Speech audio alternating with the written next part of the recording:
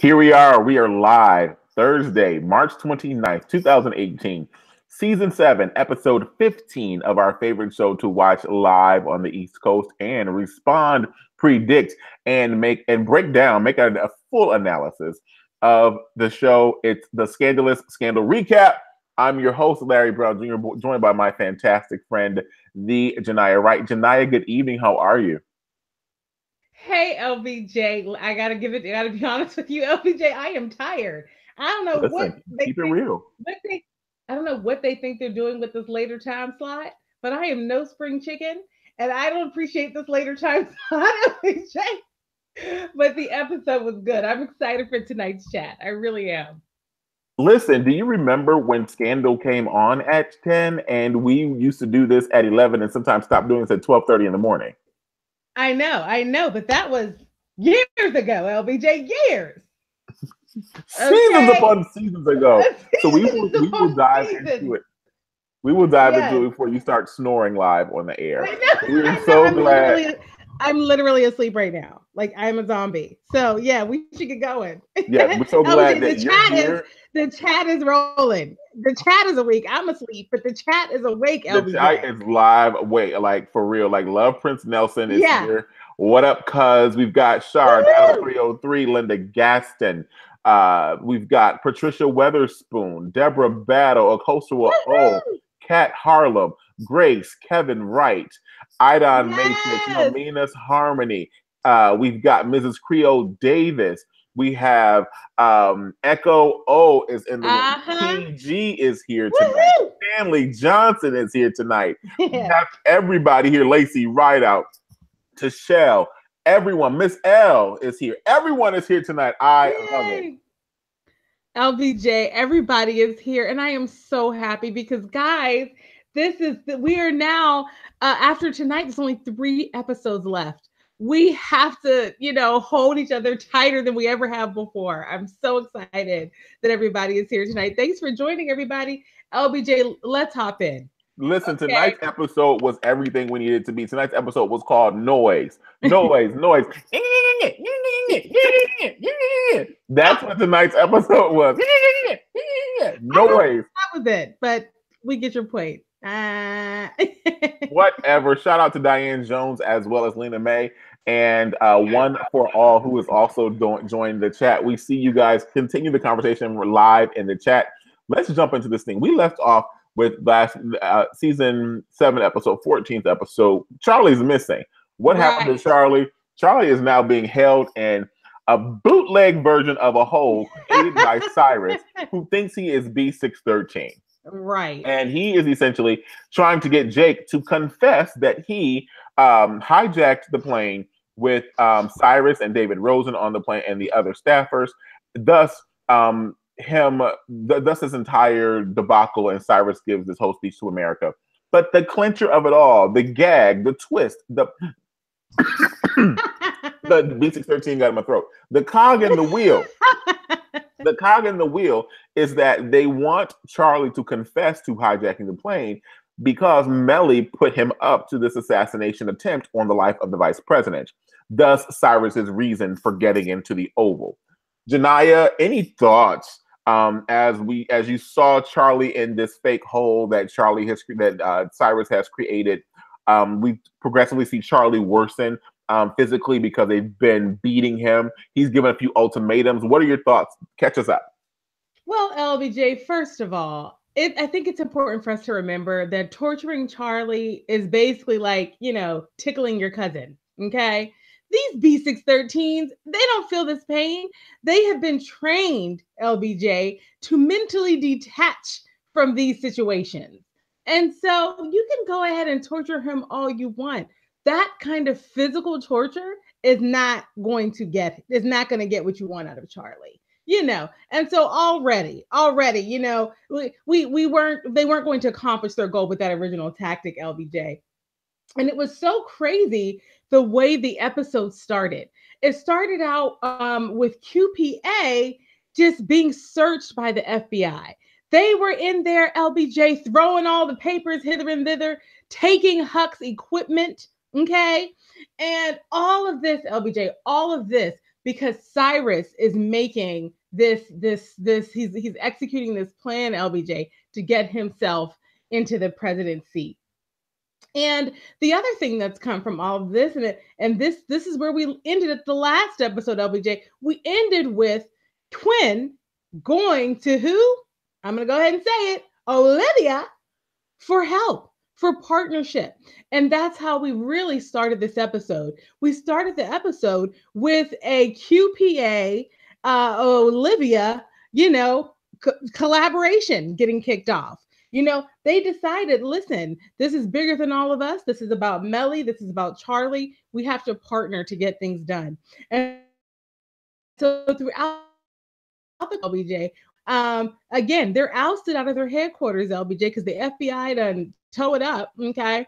And so they're all meeting where? At the Fitzgerald Grant Institute, okay? Huck has, Huckified one of the conference rooms at the Fitzgerald Grant Institute, and QPA is essentially meeting there. So we see all of the old gladiators coming back together. Fitz is there, sitting right at the table with the rest of the gladiators, and Olivia, LBJ. Something that many of us thought we would never see again. That's my question for you, LBJ. Are you shocked by this alliance? I mean, did you see this coming? I got to see what the chat has to say. Did you see this coming, this Quinn, Olivia sitting next to each other in partnership again?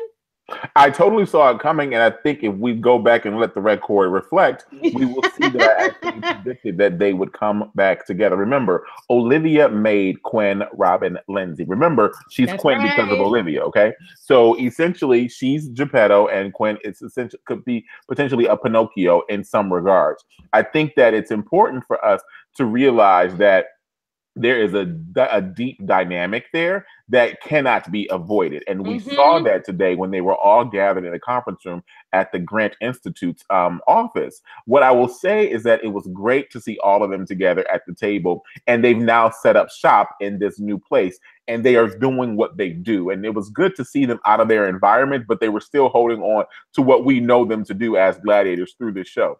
Right. And I appreciate us seeing, that moment in a different environment to show that, there's still cohesion that is a common thread in the team, even though there's still beef that's obvious going on between Quinn, Robin, Lindsay, and Olivia Pope. Now, what I will also do is shout out to everyone who writes for the show and who conceptualizes things and adds little things here and there in the show, because I feel that in my heart of hearts, in my spirit, in my Chaka Khan, I feel like they are continuing to watch our scandal recap, this scandal recap. I agree. Because we got this whole zinger in there with Marcus when Gabby Abby Red goes to put up the paper of the man on the board, and it doesn't. She holds her hand here on the board.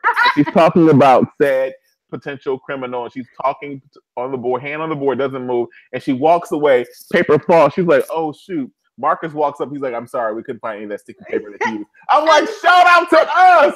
Shout out to us! We love the sticky paper. We want the sticky paper. We now know that it's not the printer, but it's sticky paper that they use. Yes! LBJ, Normina's Harmony in the chat called that out too. She said, shout out to Marcus for finally pointing out the magical printer. Exactly. It had to happen, LBJ. They're obviously watching our recap. I mean, it's so clear. It's so clear. And what else is clear is what Lacey Rideout, I love it. What Lacey Rideout brings forth. She says she knew that they would have to collaborate because they are family. And they are. They are a family like a mighty tree branching out to the walls, okay? They are a family like Sister Sledge said, we are family. They are family like beef patties and cocoa bread go together. Shall I keep going? God. They are a family like the gummy bears bouncing here, there, and everywhere. They are a family like the Smurfs singing la la la la la la la la la la la la. They are yet a family. Should I keep on going? They are a family like the students of Howard University that are coming together to protest the shady financial embezzlement and bamboozlement of student grants right now on the campus right now. They are a family. Shall I keep on going? LBJ, I think the last family we need to reference for this, LBJ, is this family, LBJ. They're a family like us. We're like the Scandalous Scandal recap. This is the family that I'm thinking about tonight, LBJ. And it's so interesting because so much of what this show has been for its duration, it's just been about the exchange of power just moving from one place to another. And that is the theme of this Scandalous recap. Because as we're watching Scandal, we find ourselves just watching these power plays over and over and over again. And what it ends up being is alliances being created and broken and created and broken. And that is what tonight's episode was about. So yeah, LBG, we can use the term family, but this is like the most precarious kind of family relationship there is, because these alliances do come and go, unfortunately. And so, and on the topic of alliances, LBJ, we saw a situation where we see Olivia and QPA and the entire group getting together, working on the master plan. They know that Cyrus is up to this. They know that Cyrus is behind all of this, because we'll all recall that last episode he basically admitted it. But we don't have any hard evidence at this point, and they done took all Huck's good equipment. Okay, so we don't have any hard evidence at this point. And then there we are in the war room, and Quinn gets called, LBJ, by who? Cyrus. He has a little conversation with Cyrus, and Cyrus basically tells her everything. He says, yeah, I did it. Okay, you don't need to be guessing. Okay, it was me. And yes, I have Charlie. Yes, I'm torturing him, and I will kill him in 24 hours if you don't convince him to sign this confession that says that he was working, that a confession that would have him taking ownership of all of the treachery that Cyrus actually did, and saying that he was in cahoots with Melly while he did it. And so that, of course, puts Quinn in a really tricky situation, because she doesn't want to undermine Melly. At the end of the day, she fights for the Republic, but at the same time, it's not only Charlie's life at play, but it is Olivia's. It is her skepticism of Olivia, LBJ, that is what Cyrus actually uses to start to move her to action. Cyrus kind of says, listen, if you don't activate on this, you're not just, undermining my plan, you're actually supporting Olivia's plan. Right. And so he starts to pull on that friend, end of LBJ, really, pointing out to Quinn that, listen, you might just be getting manipulated by get to the White House. LBJ, if I could have rolled my eyes just a full 360 degrees, I would have. I just said, Cyrus, I cannot believe you are pulling this out your pocket. I mean, these manipulation tactics, LBJ, really? It was so serious. And he had to manipulate that situation because his goal is the Oval, and he's going to get there by any means necessary. We saw Cyrus tonight not only manipulate Quinn, but he manipulated her into action, and that really does not happen. If you are a gladiator, you are trained. You are trained either in the way of Olivia C. Pope, or you were trained in the way of the B6 to the 1-3.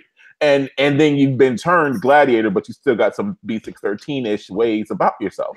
And Quinn, remember, she's had that Olivia C. Pope training, plus she's had that B613 training, not the in-depth training, but she's got some B613-ish ways about herself. But she also has now this new leadership role. She carries the white hat, which, by the way, I think we will see in the Smithsonian. Once this show is all done, I think that at some point they're going to take the white hat and it will be on display, probably at the Smithsonian National Museum of African American History and Culture. That's just my sidebar. But I think that's a prediction I'm making for. I'll bring it back up for the final episode. How about that? When we talk about Scandal in the history books. But I think that tonight we got a chance to see Olivia. We got a chance to see Quinn, Robin, Lindsay stand in a different space. She's the leader. She wears this white hat, and she has decisions.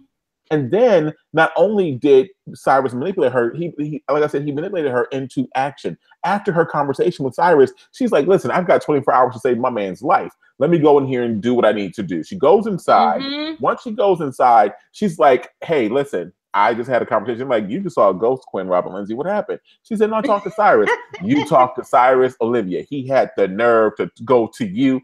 And she's like, why, yes, he did, because I'm in charge. And she's like, and she says, you know, I think that we should, so they want Cyrus to sign a confession. I think he should do it. And they want to blame it on Melly. Olivia's like, no, don't do that because it would damage Melly. And she was like, yep, I knew it. I knew it. Cyrus told me you would say that. And that's why I'm partnering with Cyrus. And so Olivia's just like, you know what? Somebody in the Kevin Wright, which is like they kind of turned on Olivia Pope like they did on Effie and Dreamgirls. They were just like, Effie, we've all got pain. And she was like, well, I am telling you, I'm not going. And she said, you know what? I am going. She got herself and she left. Okay, Olivia left the room. She left the building, and it was up to the Q of the QPA to make things happen. Now, Olivia strategizes herself, and she invites Quinn to a private meeting. They go to this private meeting, and they actually go to the offices of the former OPA, now QPA, now shut down PA, now seized PA, now FBI infiltrated PA. This is where they are. Past tense PA. Yeah. The PA, the PA. If we're looking at tenses. That's right. That's right. So they go to PA, and while they're there, Olivia walks in and she sees the white hat on the floor that the investigative team left when they were going through looking for papers and everything. She picks it up. Quinn Robert Lindsay's like, that's not your hat. And essentially this conversation goes like this. Listen, we were sisters. We're not sisters anymore, said Olivia. I know, I get that, I understand. Quinn's like, yeah, well, why are you here? What do you want to talk to me about? She's like, listen, I really think that you should make some strong considerations because I can't make these considerations for myself. I don't trust my gut anymore. My gut says, let's go save Melly, but I can't trust that that's the real thing. This is why I'm coming to you, because I want you to make the decision. You are empowered to make the decision. Essentially, what she's not saying, I created you to live, to be, and to thrive. So go thrive, and I will support however you decide to thrive. Quinn takes that. She's like, oh, well, maybe we are on the same team. She calls Cyrus in the 24-hour window. Charlie's like, oh, you know what? It's okay. I've got another plan of action. Thank you so much. I don't need you to call my burner phone anymore. Hang up the phone. Bye. Now, what we need to parallel to this, although it wasn't running simultaneously, but what Cyrus did, Cyrus also reached out to Jake Ballard. Admiral Ballard had a meeting with Cyrus, and he does the same manipulation tactic with Jake. He says, listen, I want you. Jake comes in because Jake knows that Cyrus has some dealings in this entire hijacking, as well as with the special prosecutor that's been hired and so forth. Jake goes to the office and he's like, listen, I was told that I should come and talk to you because you may have some influence over the special prosecutor. He was like, well, you probably are hearing a rumor, right? Yeah. He said, well, you should believe the rumors and also know that I hijacked my own plane and I'm responsible for this. And by the time this meeting is over, you're going to be on my team. Jake is like, no, I'm not going to be on your team. Cyrus is like, oh, yeah, you're going to be on my team. So let's just skip all the formalities. I'm sure you've been sent over here with some little office instrument, some little office utensil you're going to take and threaten me and try to send me down. Let's just skip all that rigmarole and get right to business. I am going to be the president by any means necessary, and you are going to work for me. I'm not going to work for you, Cyrus, because I'm Jake. He said, oh, no, you're not Jake. You're second fiddle. You're the backup plan. You are the plan B. You are never first chair. You are second, third, fourth, 15th chair. You are not the starring character. You're never even co-starring. You're listed in the list of the ensemble that no one ever pays attention to. You have to come out when it's time for the curtain call and bow with somebody else. You don't get your own bow. That's because you were never number one with Olivia because she chose Fitz, because she couldn't get Fitz, she took you. And then because Melly couldn't get Olivia, Melly chose you. You are the consummate number two. So insert boo-boo emoji because you, sir, are number two. And Jake is just like, wait a minute. Oh, shoot. Am I? Dang. I guess I am number two. I'm just that weak-minded that I could be manipulated like putty. And then he believes Cyrus is hype, and then he goes on. Take it away, Janiyah. What's going on? Am I missing something in the chat? Can I just tell you, the chat is so hilarious right now. Okay. Miss L said, that damn Jake is the definition of thirsty, all caps. He is most definitely Avis. Aww. And he is. And then Lacey Rideout is reminding us of our moniker for Jake, Jake the Snake. You know, but I have to say, LBJ, I just have to pause really quickly to share my reflection on that Oh whole yes, thing. Jake the Snake. Remember the snake dance? Oh, the snake dance with your finger right here. Yes, the That's snake right. Are you dance. snapping? You gotta snap, LBJ. Right. You gotta snap. LBJ, let me just say, in that moment when Cyrus was there, pulling, just pick on all these scabs with Jake, just reminding him of all the ways in which he has relinquished control to Olivia over the years and then to others. LBJ, in that moment, I wondered whether Cyrus was working with who? Papa Pope. I mean, to me, it just felt very much like a set of things that we've heard Papa Pope say before, something that we would hear Papa Pope say. Was there any point in the episode where you started to kind of wonder if Papa Pope had a role? Totally. So I'm in this whole mode of we've said farewell to Mama Pope. We've not bid farewell to Papa Pope. And we've not Mm-hmm. seen him for a reason because when we see him, it has to make us feel feelings. Okay. And when Yes. someone in the chat said the same thing, they thought that Papa Pope might be behind this entire mission because essentially he wants Olivia in the Oval, and maybe there's an additional plan to take Cyrus down and could potentially do something else. I Mm-hmm. do think that Papa Pope is aware of what's going on. He's not removed. I think Mm-hmm. that we need to pay attention to Cyrus's what we're not obviously seeing for Cyrus, but what he's saying without saying it. And what made me think about that was when the moment when Cyrus made a statement to the press and they asked him about the hijacking and about the potential of them catching a suspect and so forth, or having someone in Mm-hmm. custody. And he said, I was on that plane for a reason. And Mm-hmm. Melly saw between that, and that's what actually pegged Melly to make a pivot mentally to say maybe Cyrus is up to something, and I should consider listening to what people are trying to tell me. Now, with that, I think Too that was little, too also late. Too exactly. little, too late. But that was also a cue for us to take because there might be other things that Cyrus says and does that we must pay attention to. So for these Mm-hmm. next 2 episodes or 3 episodes, I want to say that maybe the next episode, because we only have 3 more left, which is very, very sad. Like it's very, very No, sad. it's just We need to start writing. We need to start writing like our closing statements to the people like now. Like just start focusing on what we're going to say to everybody. But so listen, so we have all of that to consider. Now, do I Yep. want to say And he's behind? LBJ, I just wanna go really quickly to the chat. A lot of people in the chat were already raising this question about Papa Pope. Kosovo O was like, now where is Papa Pope? And all where's Papa Pope? Question mark in all this. Okay. Kat Harlem is saying, I agree. Papa Pope will help. People are really, really quite sure. We have a lot of things in the chat about people feeling like Papa Pope may be behind it all. PG says Papa Pope may be behind it all, pulling strings. Now his daughter is out.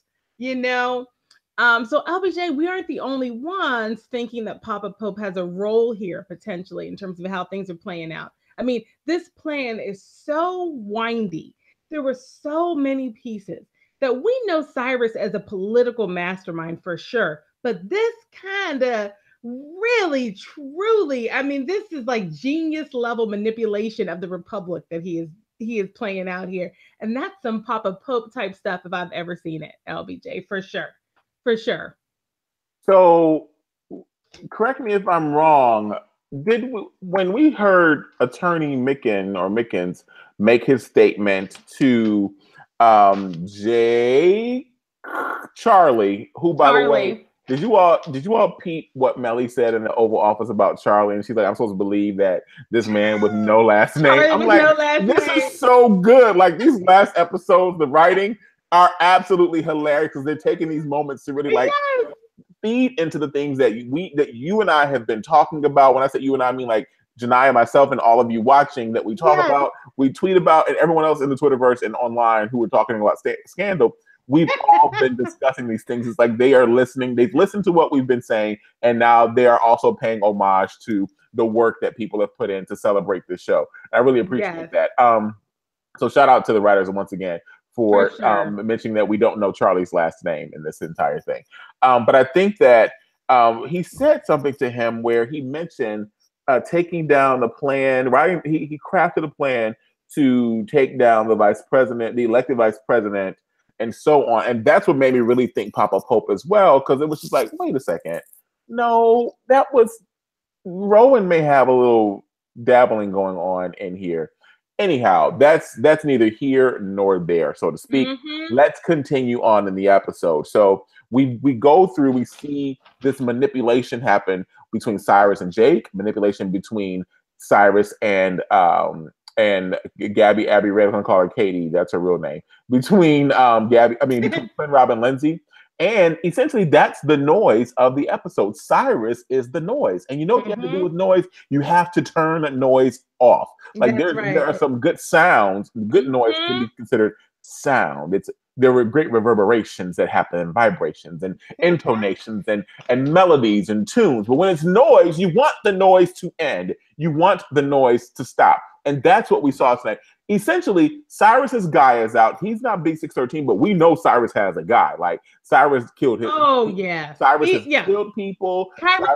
He is the guy. He is the guy. Yes, and he's a full-on, he's a monster. Yeah, for sure. And that's what he's doing. And the monster has to be stopped. And so, at this point, I'm going to call them OQPA. OQPA, OQPA is in full-on, as Iyanla would say, breakdown. They need her to come and fix their professional lives as well as their fixer lives and take down the monster who is causing all of this breakdown. Mm-hmm. The more and more I talk, the more and more I think about Papa Pope, because he's the only one capable of actually getting into the heads of these people, because he's trained most of them. He's made them. Sure. I'd love to know what you thought about some of the other elements in the episode. So remember, Melly was a hard sell in buying the fact that Cyrus was behind his own hijacking. Jake tried to tell her she didn't want to believe it. It wasn't until she saw him at the make the statement to the media that she changed her mind. And no one could get to Melly. It wasn't Jake that could get to Melly. I'm sorry, Fitz. Fitz tried to get to Melly. Fitz couldn't get to Melly. Jake had a chance at one point. And there was one person who volunteered as tribute. And this person not only delivered news to her, but he did some convincing to Melly. Tell us how that unfolded, how you felt watching this unfold. Well, you've come to the right place for a recap of this segment, LBJ, because we need to really dig in here. Okay. We see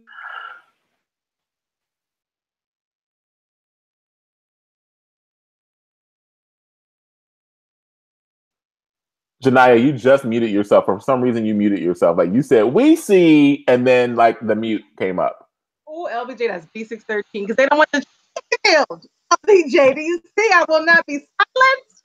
The revolution televised, LBJ. No, I hit the button. But anyway, LBJ, we are seeing Melly at the beginning parts of this episode. She's in her bitterness, LBJ. She's in her bitterness. Why? Olivia has lied to her, has bamboozled her, has led her astray, has run her amok. Okay. And there was a point at which Melly had given into it. She had given in to kind of allowing Olivia to be her puppet master. And as time went on, LBJ, she became bitter and actually started to resent Olivia for the ways in which she was being manipulated. And, we watched that relationship deteriorate. And we watched not only Melly, it was Jake, it was QPA. We watched all of these key characters really move into a space of being super intentional about blocking Olivia out. And so for Melly, this was, especially difficult, because Olivia was not only the person who got her elected, got her put into office.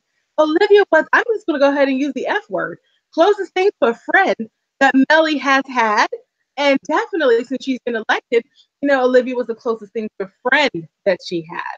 And so in addition to, not being able to have Olivia as her counsel, as her command, she didn't have that girl power girlfriend, that pseudo girlfriend thing that they had.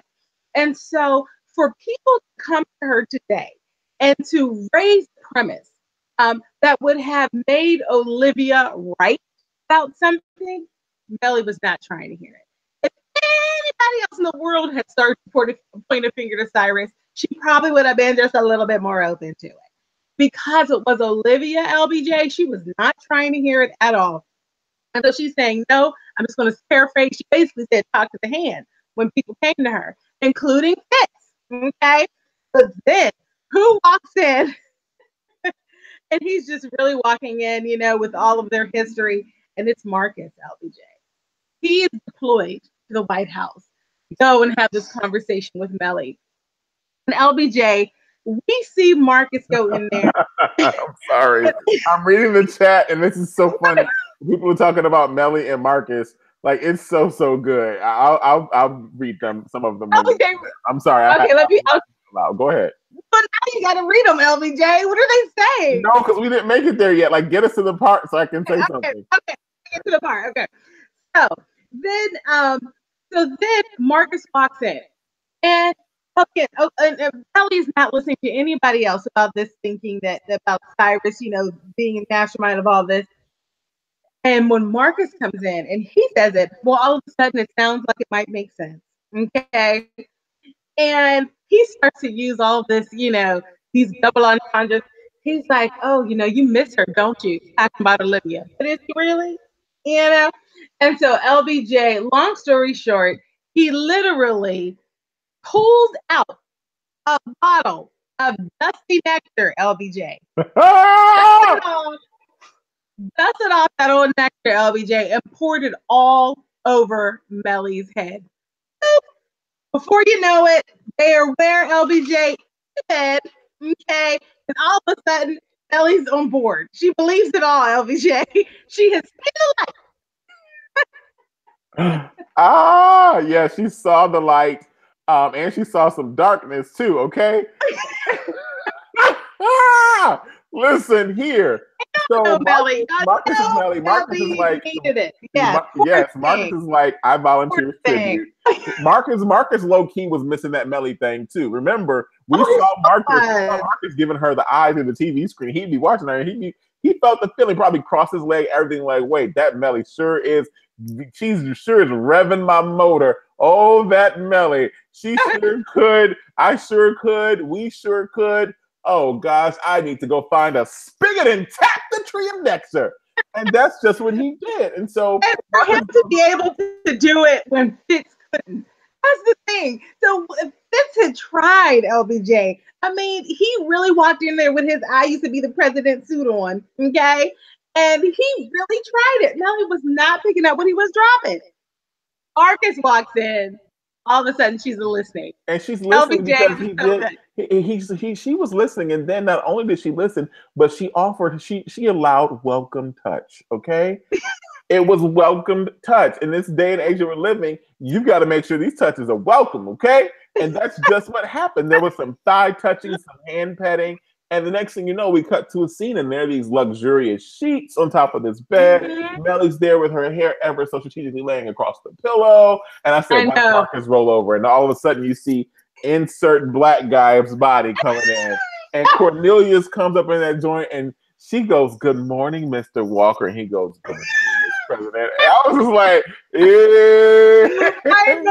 I know. And it was so good. So we've got in the chat, Rakira, Marcus set Melly straight. Mrs. Creole Davis, Marcus was the nectar. Normina's Harmony said it wasn't Marcus's words that got to Melly, if you know what I mean. Diane Jones just said Marcus. Diane, you wanted some of that Marcus too?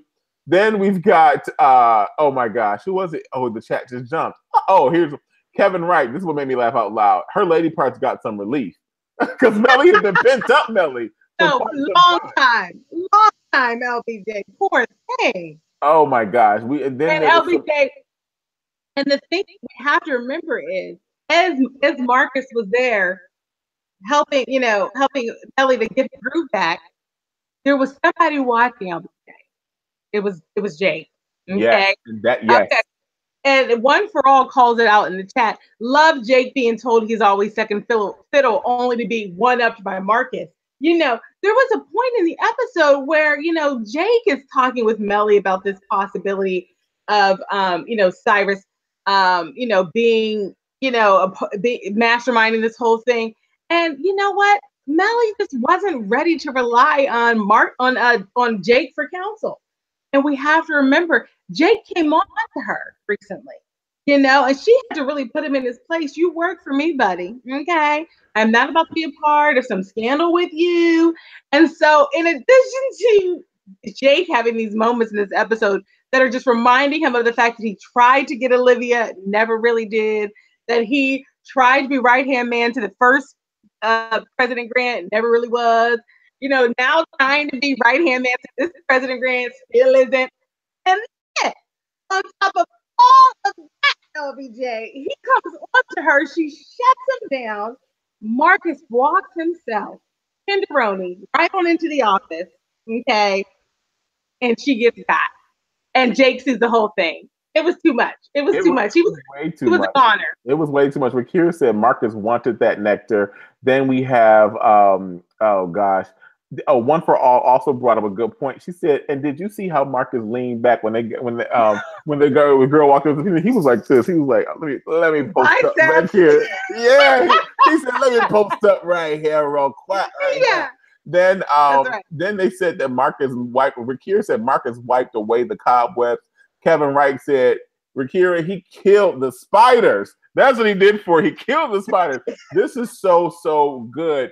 But we have to move on from here. But I have to say that the Marcus Melly thing, I'm glad to see them back together. Yet again, another prediction that we've had here in this conversation.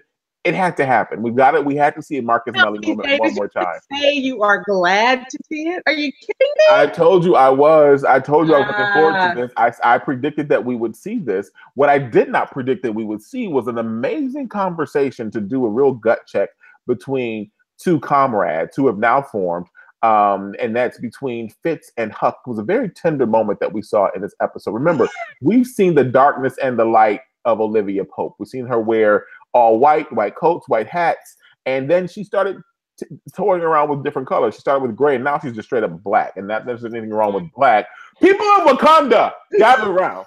There's nothing wrong with black at all. There's nothing wrong with black, but for the sake of the costume and the mood and all of the other theatrical and other characterization elements that you need to associate with costuming, her clothes are dark now. Okay, so it was so good to see Huck and Fitz have this moment where they checked in with each other to make sure they were seeing what they were seeing. Both of them know Olivia. One knows her in a different way over the other, but they both know Olivia to a point.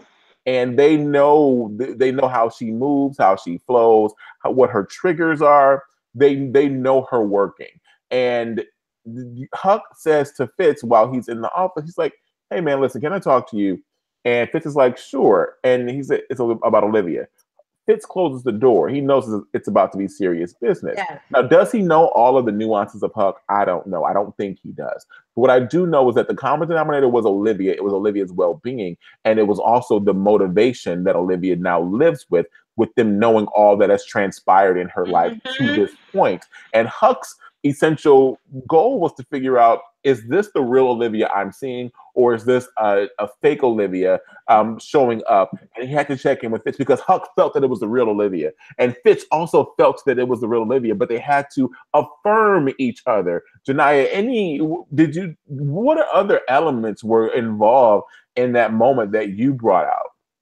LBJ, part of it for me is watching Fitz process his feelings about Olivia's evolution, and I'm watching him a little bit more closely than I'm watching Huck. I feel like Huck is always going to be ready for Olivia to be redeemed. I mean, if there's anybody who's president of the Olivia fan club, we know that it is one hamburger Huck. Okay. He is committed to her. And it's almost like he's wanting someone to give him permission to forgive her, but he already has, and then with Fitz, I'm watching him so closely, LBJ, because I'm waiting to see if he's going to try to translate everything that's happening into some kind of romantic, set of, context for Olivia.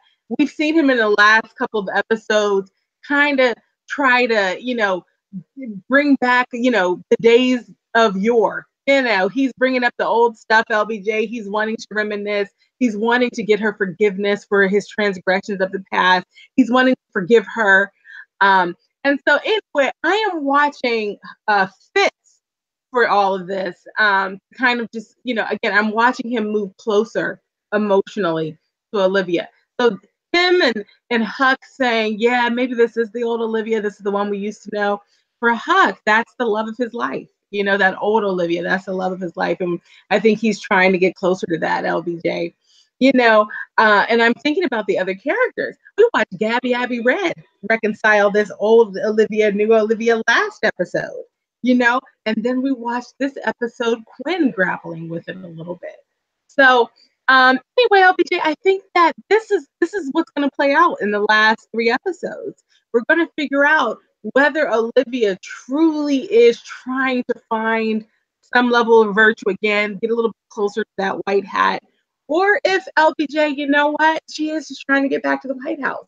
You talked about it earlier, LBJ, the point where Olivia was talking to Quinn, and they were there in QPA, OPA. What did you call it? OQPA, where Aqua. they were there in Aqua, and again, the furniture is all hither and thither, LBJ, and they're sitting there holding the white hat, okay, passing it between the two of them, LBJ. And in that moment, Olivia is admitting that she had gone a little far on the deep end, over the deep end. She had started not to act for what was in the best interest of the Republic, but for her own ambition. So time will tell, LBJ, whether that was a true apology, whether it was a true, kind of, admission of guilt, or if LBJ, she's just still the new Olivia, this new dark Olivia, wearing black all the time Olivia that we know now, who truly is just working for herself, trying to get back into power. So time will tell, LBJ, but I think, just to your point, I think Huck and Fitz are dealing with it. They're dealing with it probably a little bit more than some of the other characters. Listen, I will jump ahead and go ahead. I will jump into this and say, one of my questions I have before the show is over is, will Olivia end up alone? I mean, we saw the show art that was released before the season began, and Olivia is sitting on that bench alone. We saw that moment where her mother, I told you, She was alone doing what, LBJ? Looking at the White House. Tonight. That's to be said. Remember, we saw her mother. I had that whole Chaka Khan moment when we said farewell to Mama Pope, I believe.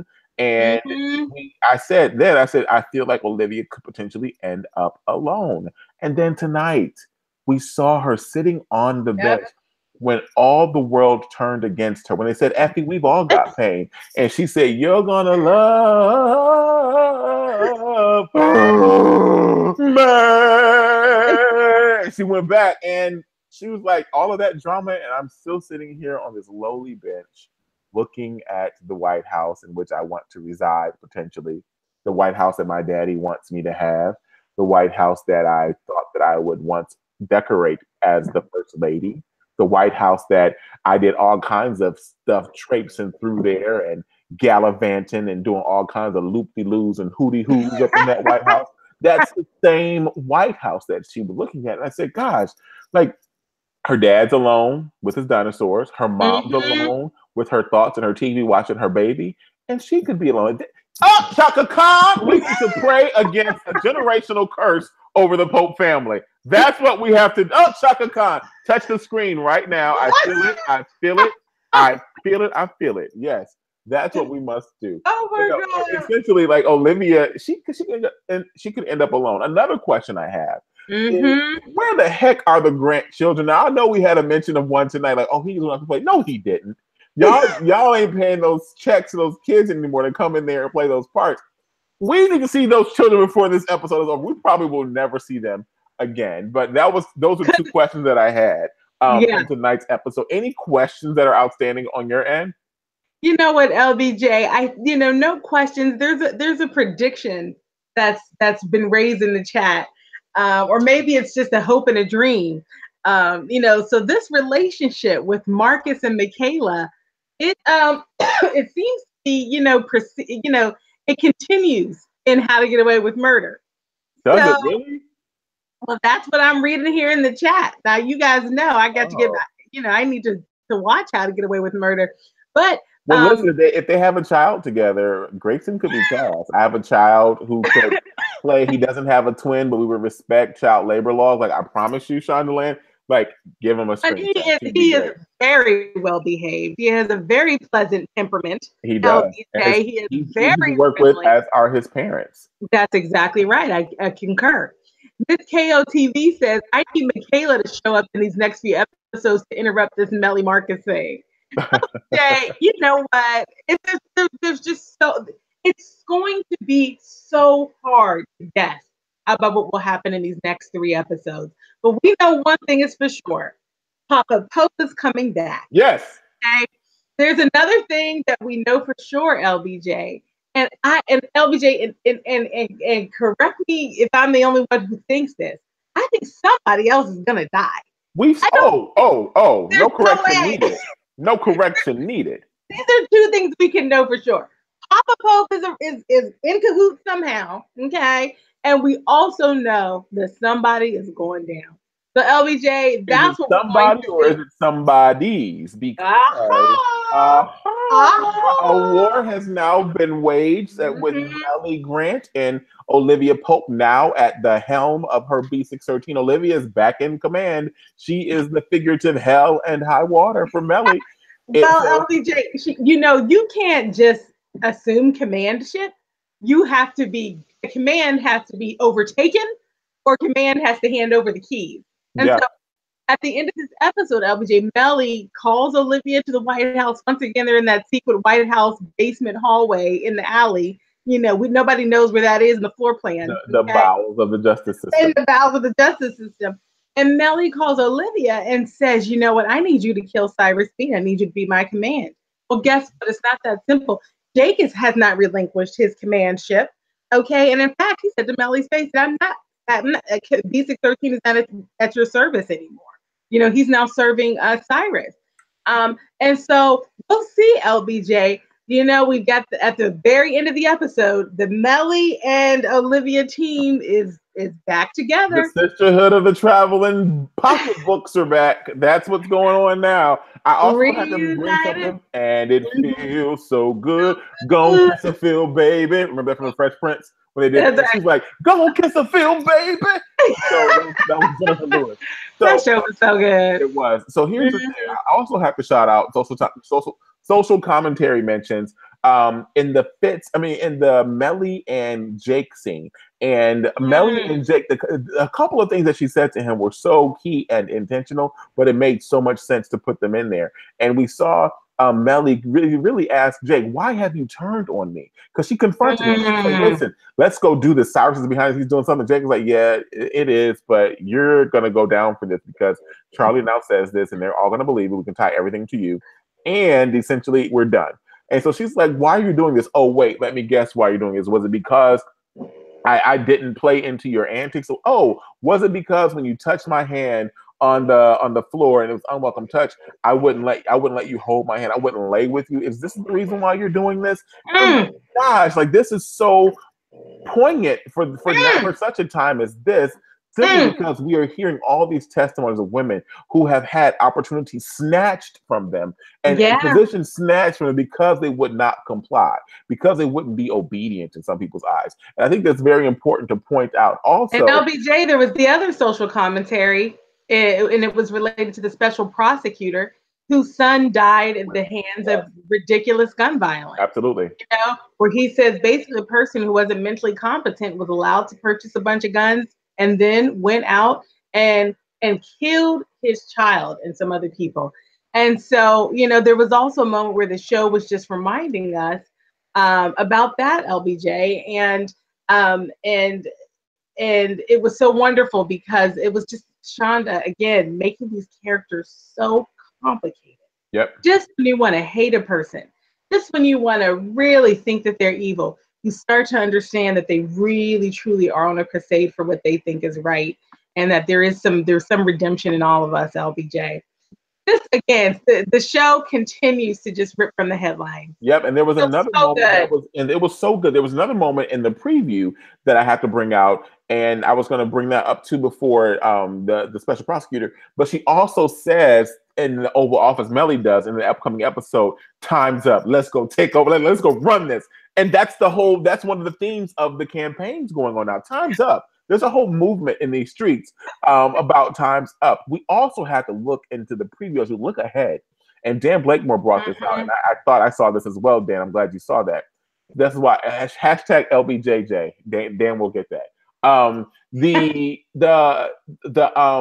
preview showed a moment where Olivia potentially blacked out, or it seemed as if she might have blacked out. Do you remember what happened last time Olivia blacked out? Like somebody went down. And I feel as if there's going to be a Cyrus kill, Olivia has to make that kill. And what will help her make that kill is the conversation that she had with Huck prior to her going to meet with Melly, before Melly asked her to come back in as command. As command, you got to make some difficult decisions. Take difficult action. Huck said, do whatever you need to do to make this thing work, essentially. Killing Cyrus can make it work. Olivia might be the one to take Cyrus down. And how poetic would that be? Who would be the help at that point, Livy? You tell me. Oh my gosh. I'm done. LBJ, we got to get a couple predictions from the chat on the record, and then it's time to wrap. I mean, I literally cannot keep my eyes open any longer. So, LBJ, you know what? The chat is following up on your question about will Olivia end up alone? You know, and Miss L is saying if Olivia winds up alone, I think it will be by choice. It won't be because Fitz didn't offer. You know, and LBJ, everyone is also, you know, thinking about this question of who will die. We know someone's going to die. Kevin Wright is saying 3 people are going to die.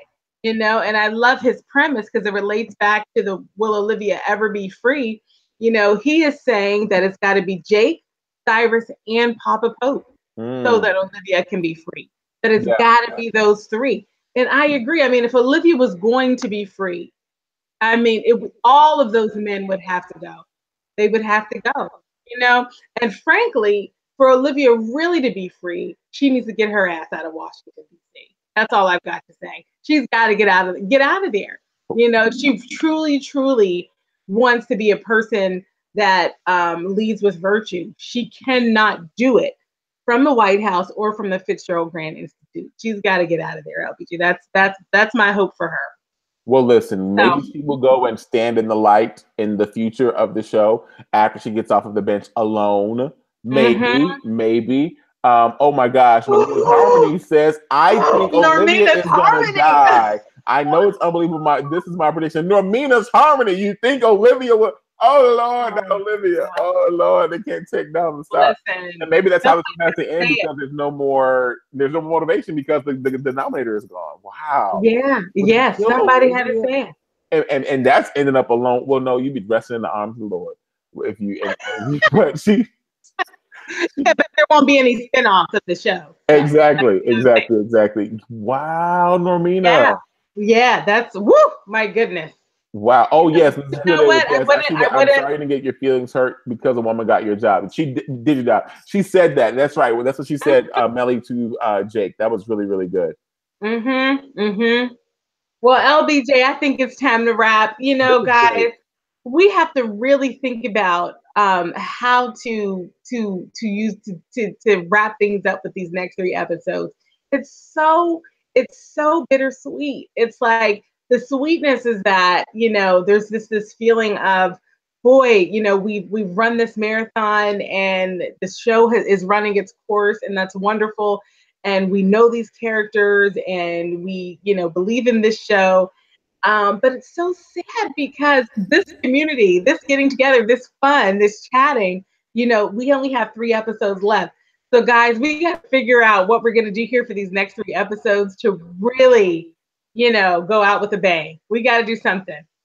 We do have to do something. If you have a suggestion, hit me up in YouTube, send me a message, slide in my DM, and tell me what you think. What we should do if you want to appear. We've had folks appear before with us. We need to do something. Maybe we can get together a viewing party menu so we can have the same snack. Because if we're with each other, all at the same location, for no travel costs involved. But until that time, we only have 3 episodes. So we want to get it done within like the next week and a half or so. So move fast. Send your ideas. Yes, Diane Jones, we are a family. Dan says, I think we'll need at least 1 extra chat to do the show's legacy. Yes, Dan, come on and let's analyze. Let's Kevin Wright said let's be the talented 10th. Yes, let's leave a legacy. Kevin Wright said we're going to have sedity snacks, wine, and popcorn. Absolutely, yes. Let's all be Black hipsters. Let's be educated Black hipsters who are just like hanging around. We're millennials and we're baby boomers. We're all these different generations coming together to discuss our favorite show to watch and recap live after the East Coast broadcast. Until the next Scandalous Scandal recap next week, I'm Larry Brown Jr., joined by Janiyah Wright, everybody. And thank you so much for joining. It's so special every week. Thank you so much for joining us, everybody. Have a good night. See you next week. We did tonight's show in less than an hour. Woo! We're getting the hang of this thing. Love y'all. To figure that out. Exactly. Love y'all. Good night. Bye.